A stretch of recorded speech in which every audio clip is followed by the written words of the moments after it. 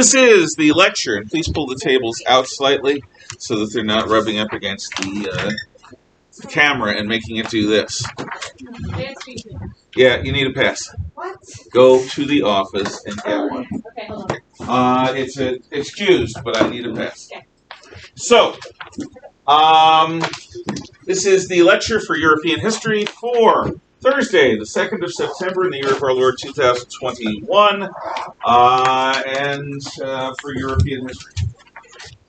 We had talked about your chapter survey, which most of you already understand, but some of you do not. And we had begun to look into the class policies and syllabus. So let's look at the syllabus right now. Okay. For the coming Tuesday, which is the first day of next week, thanks to Labor Day,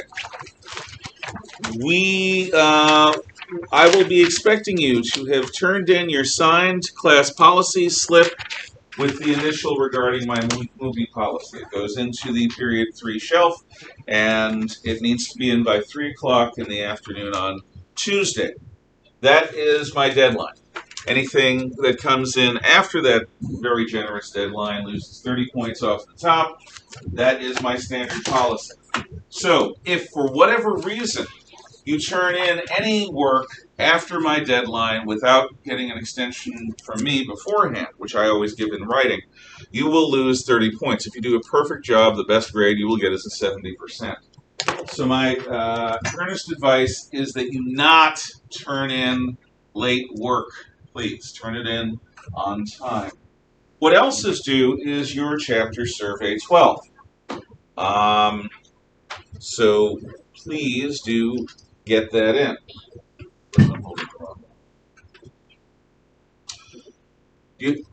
I also think if I were you, I would start the chapter survey so that if you had any questions about the form or anything else, you could ask me before the end of this week.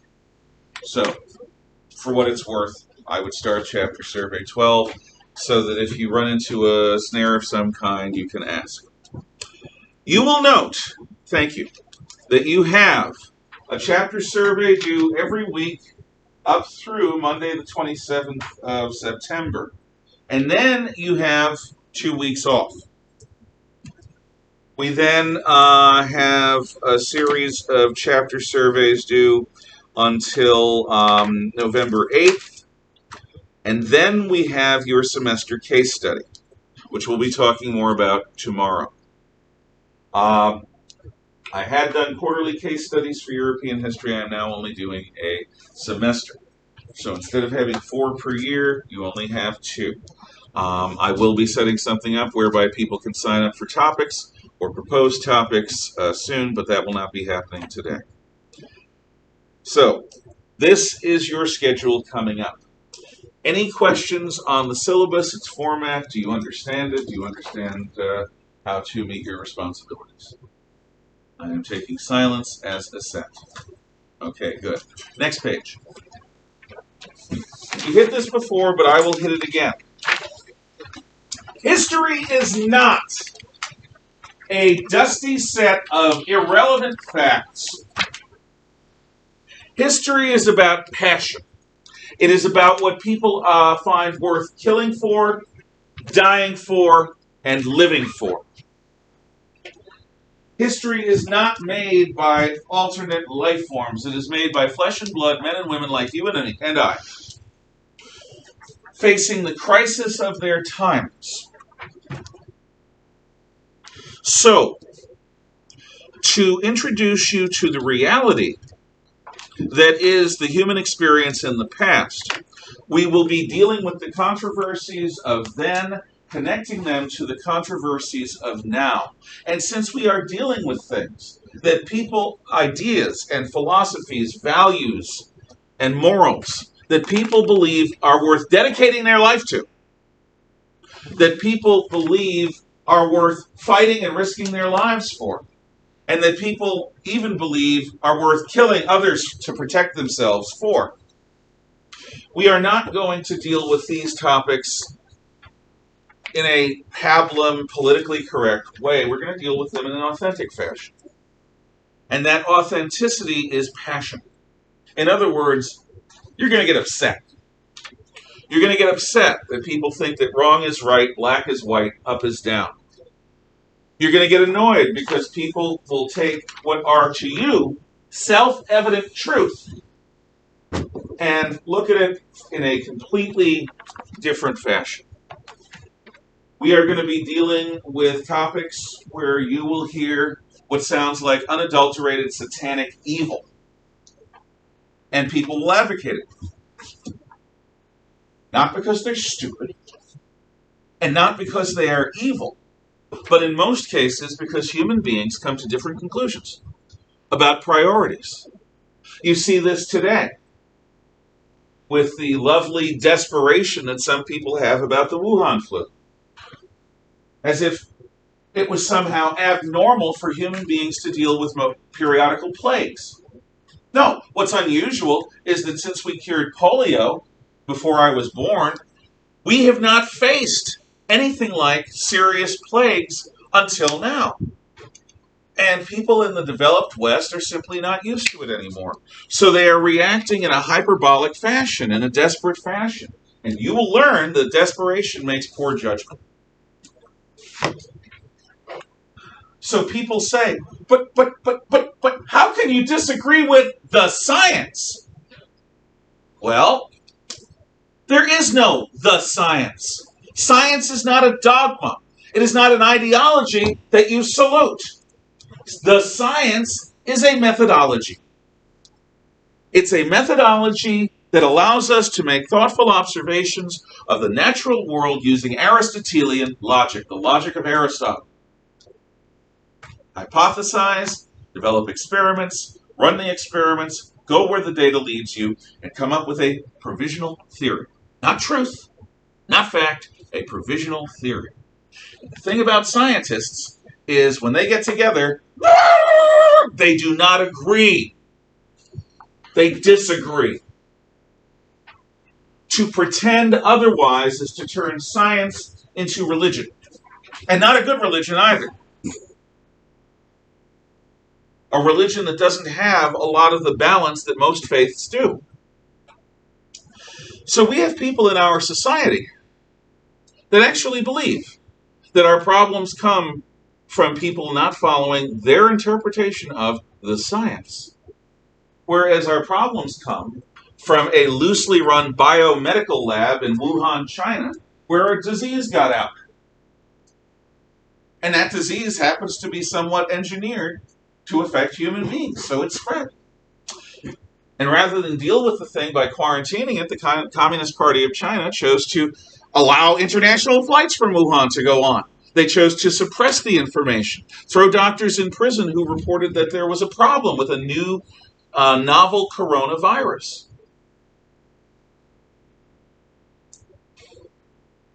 There are people who believe that if everyone just got a vaccine and wore masks, it would all be right.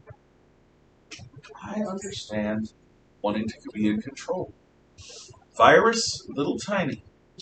The holes in every mask, including the best of them, much larger than the virus. The virus can pass through the mask. I'm not persuaded. I am not evil for not being persuaded. I'm evil for many other reasons, not that one.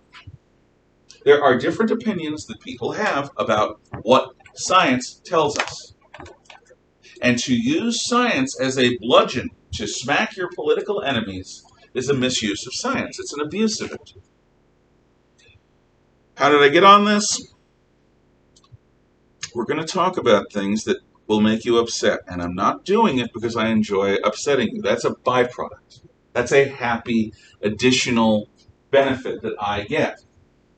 But my primary purpose is not to upset you for no reason. My primary purpose is to involve you in the reality that these controversies faced by our ancestors and that we face today are things that evoke passion.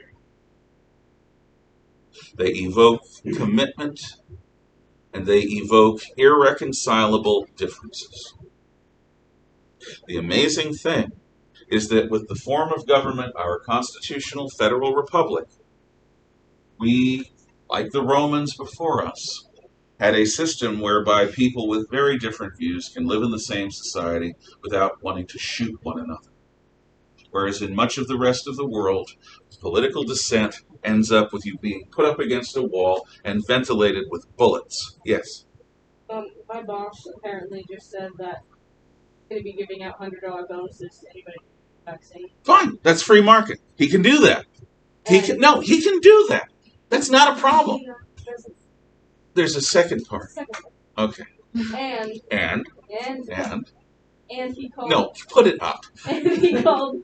I can't see. And he called anybody who doesn't get it stiff-necked people. Yes. Well, it's one thing to have an emotional conclusion. It's another thing to take that conclusion and make it into law. What disturbs me is the genuinely hateful rhetoric that some people are using about those who follow different guidelines. People talking about stripping those unvaccinated of citizenship. I'm sorry, that's the lack of due process. That's un-American. It's unconstitutional. And if you advocate that, you're thinking with your glands rather than your mind. And I say that respectfully. If you don't believe that due process applies to people with whom you disagree, then you don't believe in due process. And if you don't believe in freedom of choice, even if people choose to employ that freedom of choice in ways that you don't approve of, then you don't believe in freedom. Freedom involves the willingness to tolerate evil, which is why the Islamic fundamentalists and fascists are out to kill us. Because our society abides Satanists. Our society abides all sorts of things that their doctrine considers evil. Because we are a secular society, not a religiously theocentric society.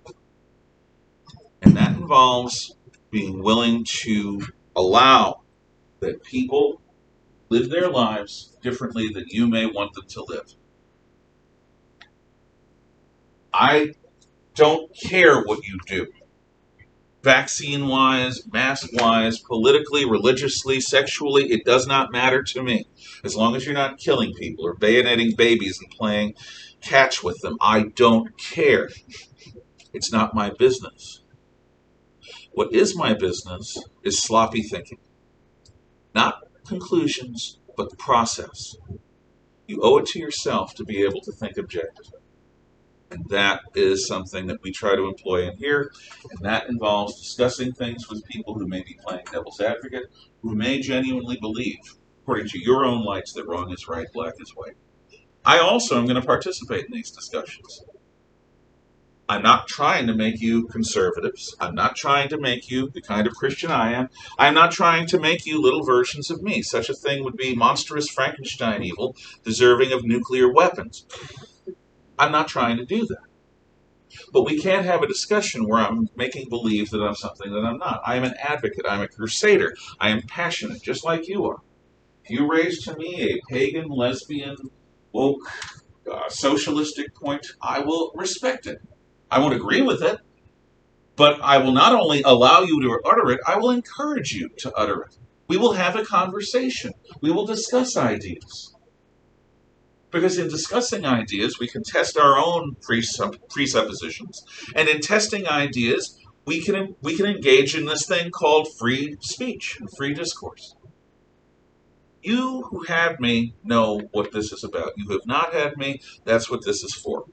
I am not going to steer away from controversies, and I'm not going to try to avoid offending you. Quite the contrary. I will say things and do things and have us do things that will annoy each and every one of you between now and June. And that is what I'm supposed to do. Because if you don't have that happen, then history is just in a book. And it's irrelevant. It is just history. So that's why I have a warning label on my class. That's why I have your parents and guardians look it over and sign it and initial it. Because this is different from what most of my colleagues do. Many of my colleagues would rather chew their fingers off than reveal their personal political point of view. But I have found that doing that simply hides it. I have been the victim of being targeted by professors who are card-carrying communists because I wasn't willing to abide without comment their communism because I argued a conservative point of view in their classroom.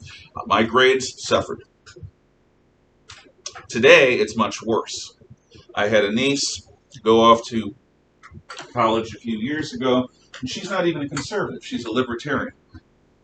But because she expressed a non-woke point of view in a history class discussion, at the end of the class, as people were leaving, she was surrounded by a group of activist students who basically said, "We hope you burn. We hope you burn." And the professor looked on, smiled, and nodded. "I will never punish you for having an opinion at variance with mine. I will glorify it. I will encourage it, because the whole point of being free is interpreting the world yourself, without the party, without reference to a leader or an ideology, without reference to the bully men with their guns.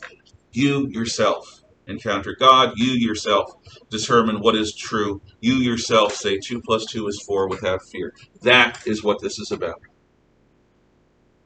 And this idea is not normal in history. It does not come from nowhere. It comes from a tradition thousands of years old, which you've learned some of as we covered up through the end of the Middle Ages, and you learn more now. Any questions, comments, or thoughts on the warning label before we move on?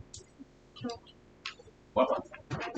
Yeah, you don't have to ask. Just do it. Next page. Okay. The top few sections on this page can be summarized quite simply. A's are good. F's are bad. Try to get A's. Try not to get F's. Okay? This is not a course that's difficult to pass. If you work diligently and try your best, you will pass this course. If you don't, you will fail. However, it is not an easy class to get an A in. An A, and last year I fudged this a little bit because things were so weird. An A means exceptional, above and beyond something. Either quality of idea or quality of craftsmanship in the work you do, the level of detail that you bring to questions. Getting an A is not what you get when you do everything I ask. That's a B. Getting an A is what you earn by going above and beyond the norm. That's exceptional. That is an A. So some of you may be surprised that you do a good job and you get a B and you say, "What did I do wrong?" And I'll say, "Nothing. You did nothing wrong. However, you did just what I asked. You did not go above and beyond. You did not give me an exceptional effort. Therefore, I cannot give you an exceptional grade. But you didn't earn it." Does that make sense? Okay. 30% of the grade are exams and major projects. These are things you will know about in advance. I don't give exams by surprise. Quizzes, on the other hand, and minor projects, I give anytime I want. When I want a snapshot of what your memory has retained on a given day at a given moment, I'll give a quiz. I do not promise to warn you. Those of you who've been here know that since we have a chapter survey due on Tuesday, you will likely have a quiz on chapter 12. So there's a hint. I do give those on a fairly predictable basis, but I can give a quiz anytime. It's just me testing to see what you happen to know at that moment. Exams, on the other hand, that involves preparation. That's all. Quizzes and minor projects are also 30% of your grade. Another 30% is classwork and homework. Finally, attitude, preparedness, participation. 10% of your grade. You know what being a good student is. You know what being a responsible human being is. That's what I want. If you do that, you'll get an A or a strong B. You'll get a 90 or above for 10% of your grade. That is absolutely within your control. However, what if you have a bad day? I know, many of you have heard the story, but not all of you. So, it's about 15 years ago. My wife and I live in a cabin in the Maine woods about an hour away from Portland, Maine. I have a family friend, like a brother to me. He's a Presbyterian minister. We went to college together. I'm the uncle of his children. They had a family crisis. I had some time off, and I chose to leave and travel 500 miles to upstate New York to help them out. I made arrangements with work. My wife, Tina, was going to stay, and she was going to continue her job at an insurance company in Portland, Maine. It just so happens that her car was more roadworthy than mine in those days, so I used her car to make the trip. And she was going to use my car to get to work. But on the morning I left, we had pre-scheduled flea dipping for our cats. Now, we had never had our cats flea dipped before, and we had never gone to this particular place before, but it had been recommended to us. So, in that morning, Tina had to wrangle the cats into the kitty carrier. She finally got both, actually, I think it was all three at that time, cats into the kitty carriers. And that was not easy. And then she put the kitty carriers in the car and drove 45 minutes to the flea dip establishment. And it was like being inside a TIE fighter in Star Wars. The cats were caterwauling. They were exuding fluid from every single orifice in their body. They were crying at the top of their lungs how much they hated the idea of being in the car and of going to the vet, because that's the only time they went into the car. So, my wife is soft-hearted. She's tender-hearted. She puts up with me, so that can give you an idea of just how tender-hearted she is. She hates this. He gets there, gets out, walks in, and the stench hits her. This place is not clean. This is not a place where we would put our worst enemy's pets in. So she makes an executive decision, turns right around, puts the cats back in the car. 45 minutes back to our home in the woods. Calls work, says she's going to be late, drives in. As she lets the cats out, they tell her exactly how much they hate Mom Cat, which again, not fun for her.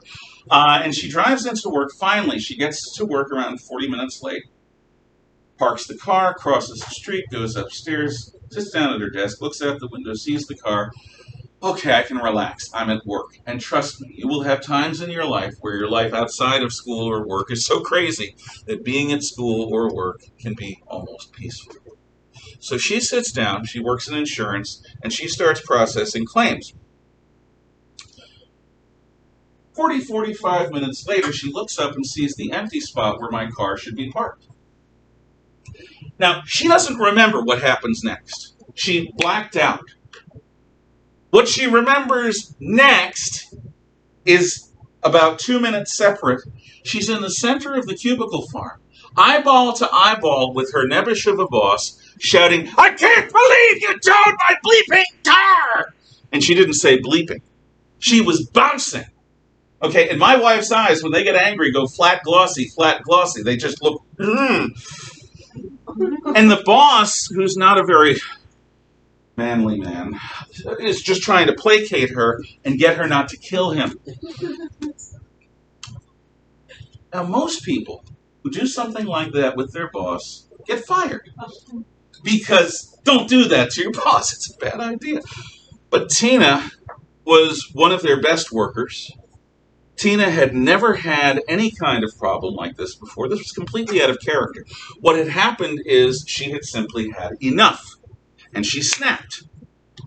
What had happened was she had my car. My car didn't have the company parking sticker on it.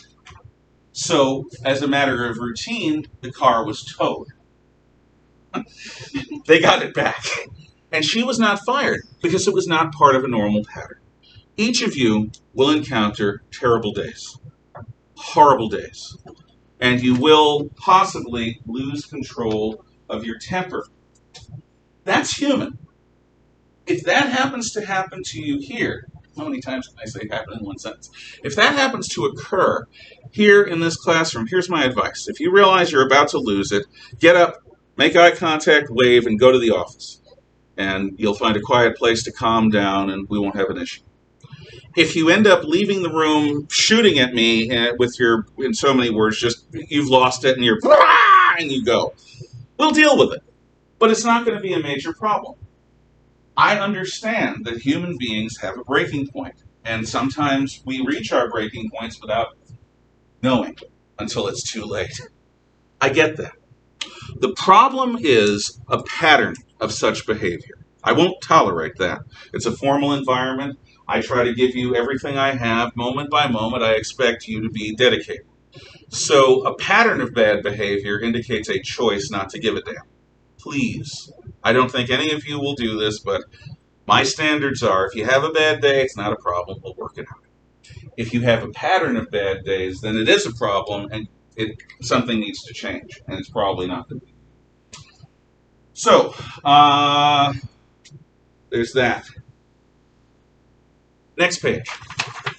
Any questions so far? Comments, thoughts? Okay. If you are absent, you are still responsible for what you miss. That's why I record these videos. So if you've been out for 4 days and you come in on a Friday and I'm giving a quiz, you're taking it. Try your best. All I can ask is that you try your best. So if you've been out sick, look at the videos before you come back, and you'll be fine. If there's an obvious problem, a death in the family, something truly horrible, I'll be reasonable. But in most cases, I expect you to step up and try. I've talked about I don't know as an answer. It's not the end of an answer. I don't know is not an answer. It's the beginning of an answer. I don't know, but my best guess is. Whenever I'm in front of the room, you will have note paper in front of you. You will have a writing utensil nearby. What you do with that is your business. As long as you're not making obscene limericks or drawing horrible cartoons and showing them to everyone as a distraction, I don't care what you do with notes. Some teachers get involved in that process. As far as I'm concerned, it's your business. I draw maps. I rarely take actual notes. I draw maps, I make pictures, and believe it or not, my weird mind works in such a way that if I look at the map, I can actually recall a lot of what was being said when I was drawing.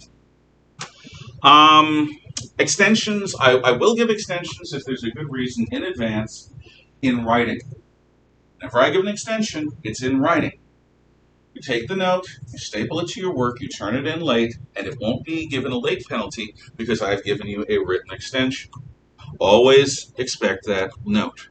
If I don't give you a note, you probably don't have an extension. Late work loses 30 points off the top, period. The due date for work is usually 3 p.m. the day it's listed. Sometimes it's when you walk into the room. I'll let you know. But if it's later than that, you're going to lose a significant percentage. Work that's not turned in counts as a 0. Zeros are the vampires of the grading world. You have a generally good grade point average, and then, I am here to suck your grave into the ground. And suddenly, your grade is much lower because of a single 0. Don't let zeros appear. Get your work in on time if at all possible. But it's not a null grade, it's a 0 until the work gets turned in. I've already told you that in adult life, you have to bluff and guess your way through. You don't always have all the facts. In fact, in the important decisions that you're going to have to make, you never have all the facts. You never have enough facts. You have to make a judgment, a leap of faith. Well, on any of my quizzes and tests, if you don't know the answer, guess. Guess. Try to blue sky Barbra Streisand BS me. Guess. If you're wrong, no big deal, because if you leave it blank, it's a cop-out, and you're going to be wrong anyway. Guess. You might get it right. Who knows? Take a shot. It's a good habit. Anyone can improve their grade with hard work. For every quiz and exam I give, except for the silly test, which I'll explain, and the semester finals, every other quiz and exam, you can improve by rewriting wrong answers for half credit. So if a question is, blank attacked the naval base at Pearl Harbor, December 7th, 1941, and you put the Lithuanians, that is wrong. So after getting your test back, you would write longhand on a separate sheet of paper, the Japanese Empire attacked the U.S. naval base at Pearl Harbor, December 7th, 1941. And along with all the other rewritten answers, complete statement rewrite, you would turn it in. If your exam grade had been a 50, it would become a 75. If it was an 80, it would become a 90. Half credit can be redeemed simply by rewriting wrong answers. If your wrong answer is a map item, if you're looking for France, you would say France is northeast of Spain, France is west of Germany, France is south of Great Britain. You make a statement of relative geographical location. Any questions on rewriting wrong test answers for half credit? It's got to be a full statement. That's how I justify it. What's the term for it? Is it the next day you have? No, you have until the end of the quarter. The end of the quarter is the only hard due date for something like that. So if 3 weeks after the test you decide that you wish to do it, simply do it. Okay. Just raise hand. Okay, plagiarism. When I ask you to give me an answer, I want it in your own words because I want to hear your authentic thoughts. I don't want it to be, and I don't need it to be fancy. I want it to be your understanding, your judgment, your thoughts. I encourage you on these chapter surveys to work together. I encourage you to share the burden. But at no time do I want you to copy each other's work, word for word, thought for thought. I want you to express yourself authentically as you. I can tell the difference between your voice and the voice of an encyclopedia writer. Please don't waste my time copying someone else's words. And if I see a couple of essays that are the same, I'm not going to try to figure out who's helping who. Both of the people involved will suffer consequences. Plagiarism is the theft of someone else's ideas. It is not something I ever want to see. That's why so much of my work is handwritten, because the seductive temptation of copy-paste can be overwhelming when you're under incredible pressure. So please, always write your own answers. Earn what you get. If you get a C or a B, fine. That's better than stealing an A and getting caught. It's better than stealing an A anyway. Personal electronic devices will be in a pouch of pockets or a pocket of pouches that I'll hang up here once it arrives. That includes smartphones, smartwatches, and other intelligent devices that make people stupid. So please, please, please, once you see that pouch, just as a matter of habit, drop off your stuff and pick up your stuff so that there isn't a temptation. If there is some exceptional reason why you need electronics, come talk to me, and I will make a reasonable decision. If, for example, you, God forbid, have a family member who's in the hospital and you are involved in a chain of people who are going to call one another the moment something happens, talk to me. I'll probably make an exception for that. You'll be able to hold on to it despite school rules. But don't normally keep your stuff with you. One other thing. I have seen too many teachers recorded against their or without their knowledge on YouTube and TikTok, making asses of themselves. Part of what makes this possible is that all of us should be able to make a fool of ourselves in earnest of trying to have a good discussion. I do not run safe lessons. I do controversial lessons. I do not do easy stuff. I do things that are on the edge of my capabilities. And being a teacher for as long as I've been, I have pretty good capabilities at this. I don't want some out-of-context moment, so I promise you something. As a matter of law, you do not have the right to record me without my knowledge. If you want to record me with my knowledge, well, I record things, you see? But if you have a special purpose, ask, talk to me. I may make an exception for you. But if you record me without my knowledge, that is an actionable offense, and I will resort to the law to protect my rights. And that regards a lawsuit with your family. I don't ever want to have to do that. So just please don't record me verbally or with picture without my permission. Just try to get my permission if there's a reason. Now, I have a question for all of you. I'm going to roll the dice. So please understand the question before I roll it. What's history good for? What purpose does history serve? What does a working knowledge of history give a person? Now, being a history teacher, I presume that there is an answer. So if you step up and brazenly say, nothing, it's useful for nothing, I'll laugh at you. And then I will ask you to back that up with logic and reason. And then I'll poke holes because I think you're wrong. But in this case, if history is worth nothing, then your time is going to be wasted this year. It was wasted last year. It'll be wasted next year with United States history. It'll be wasted your senior year with U.S. politics and government. There's a whole lot of time that'll be wasted.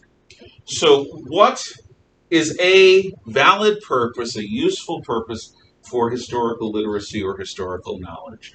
Why don't you be number one? We'll go counterclockwise. Would you please roll? Thank you. 14. 3, 6, 9, 12, 13, 14. Miss Montgomery. So I think that history is good for not making the same mistakes that someone else did that you know of. If somebody took an action and that ended up very badly, you can know not to do that. If you go to Alaska and see a grizzly bear and take a marshmallow, place it between your teeth, and go, here, bear, bear, bear, bear, bear, and try to feed the bear the marshmallow from your mouth, you will be mauled. Your face might be taken off, and you may live, which is horrible. Living without a face, yeah. So if you see somebody do that, you'll know not to do that. There are cautionary tales in history, quite so. Although there are certain things you have to learn for yourself. Every little kid at some point has to see the bouncy, purpley, orange thing on the stove, and mom says, don't touch that. That's fire. And you go, oh, fire. Ah! You learn not to touch fire with your hands because it burns. Life is a natural teacher. Okay, I'll take a volunteer. Yes. Aha! Okay, fine. Yes. My mom was doing her hair, and my brother wrapped the curling iron, but then he wouldn't let go of it because it hurt, and he's autistic. He doesn't know that. Mm-hmm. So we just held on to it and started crying. My mom's like, "Let go of it, dude!" And it really got burned off. Ooh. Did he have to have his hair cut off? No, if you have a curling iron in your hair and you keep it. He was holding it in his hand. Oh, okay. Well, no, I could see it in the hand. And don't let it go, and your hair sears off. Okay, good. I'm glad that didn't happen. Yes. That marshmallow and grizzly bear story seem oddly specific. Yes. It's because I heard a comedian use it once, and I am a shameless copier. Yes. History is also useful for connecting to other subjects like literature, which can deepen your knowledge and your quality of discussion. Indeed. It helps you become a more cultured person. Shakespeare, who is the classic writer in the English language. Dante, who is the classic writer in the Italian language. Cervantes, who is the classic writer in Spanish, cannot be appreciated unless you understand the time and place from which they come. She's absolutely right.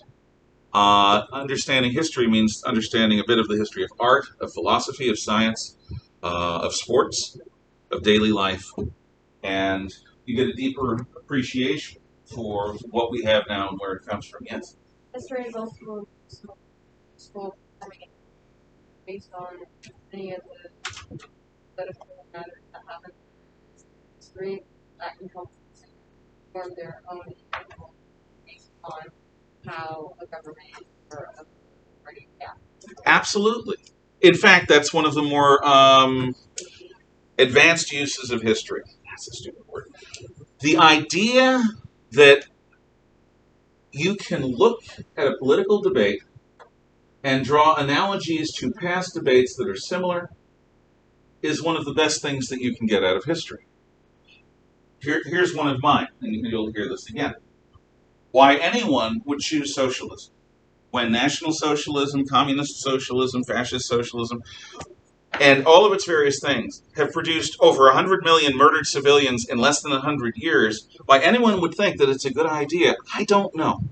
Because that's how I read history. Now, I understand. People who are socialists read history differently. They interpret history differently. That's the point. The point is not to come up with a uniform truth of what history is about, but to use your knowledge of it to deepen your reasoning for believing what you believe. Thank you. That is part of it. Wisdom from folly is the first answer. In the story of the Trojan War, King Priam is presented with the Trojan horse, Greek wooden structure made as apparently a gift of surrender. And Priam decides to bring the horse into Troy. The gate of Troy is too low for the horse to pass through. So in order to bring it into the city, I mean, Priam could have said, Priam of Troy, king of Troy, could have said, okay, we'll leave it outside our gates as a symbol of our victory. In which case Odysseus' grand plan would have come to naught. But no. Priam has the Trojans partially disassemble the very gate that has kept the Greeks out for 10 years of war. And they bring it in, and they close the gates, which are partially repaired, but only partially, and then they all get drunk until Odysseus and his men open the gates and slaughter the Trojans, as poor Cassandra is shouting, "I told you so! I told you so!" It stinks to be Cassandra. If you recall, Cassandra was the woman who was cursed with a prescient foreknowledge of the future, but also with not ever being listened to, not ever being believed. And saying "I told you so" as disaster is coming around is not as satisfying as you might think. So, wisdom from folly. You can add the experiences, successful and failure, of others to your own experiences as you make a decision. So, okay. If history is good to teach you wisdom from folly, it is also good to teach you your identity. I talked about this already. There's a reason why we speak English. There's a reason why most girls have longer hair than most boys. There's a reason why females tend to wear skirts and dresses and men do not, unless you're in Scotland. There are reasons why we speak English. We write in the Latin alphabet. Our society has a default basic Judeo-Christian set of morality. There's a reason why we have a republic. There are reasons for everything, including the food we eat and the utensils we use with which to eat it. That's all there. That is the cultural identity that you have inherited. And I'm here to introduce you to it more fully so that you understand what it means to be a member of Western civilization.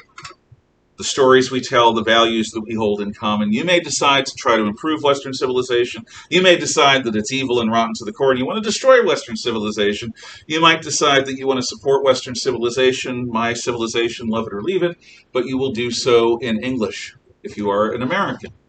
And you will do so using an advocacy of a better world that is rooted in Judeo-Christian notions of the value of the individual.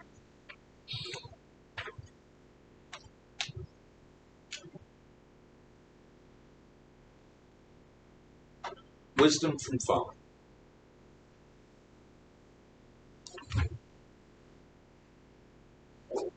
Ever have your thoughts derailed? Mine just were. Thoughts, purpose. Where am I? What, in casual terms, is the opposite of war? Simple question of logic. What would be the typical answer in 3, 2, 1 as a class? 3, 2, 1. Opposite of war is? Peace. Yes. But anyone who's listened to me ranting knows that that is not actually true. People do not choose to engage in war like they choose to have a soccer match. People are faced with an aggressor, a bully in the schoolyard, a nearby country that wants your land and wants your people to be enslaved. When faced with an aggressor, you can fight, or you can surrender, or you can try to flee. War is not the worst evil. War is sometimes the only thing that people have to resist oppression with. Surrendering to slavery, surrendering to oppression, ultimately tends to bring more pain and suffering, more dissonance and trauma than fighting a clean war. So this is one of the wisdom from folly things, and it's also one of the clear logic things. My purpose in all of this. History is useless unless you remember it. That is long-term memory. I'm the opposite of your math teachers and your language teachers, and math is actually a language. Because what they tend to do as a method is they will focus on a particular thing in a given week. All homework will be about the Pythagorean theorem. All classwork will be about applications of the Pythagorean theorem and Euclidean geometry. The quizzes and the tests will all be on this. We're working on the same vocabulary together. Pythagorean theorem, Euclidean geometry. That's not what I do. The work that I assign is assigned weeks or even months in advance of when we cover it in class. Then I cover it in class, then I test you on it afterwards and at the end of the semester. Imagine that your memory, that your mind is a cement wall, a white cement wall, and that every bit of discrete knowledge is a wad of muddy clay. My goal is to get things from my hand onto the wall of your mind, of your memories. Now, sometimes when you throw a wad of muddy clay at a wall, it bounces off. Sometimes it hits and then slides down and slides off. But sometimes it sticks. That's a memory that's in your long-term memory. So, here's how I load your long-term memory. This is my primary goal. 20 years from now, each of you will be making a life and death decision for yourself and for other people who trust you. I think you will be better off having some memory of historical events similar to what you're facing than you would if you were just on your own. So long-term memory is the key. You don't have to remember me, you don't have to remember the school, but you might remember Pheidippides, the first marathon runner. You might remember Winston Churchill saying no, making peace with Hitler.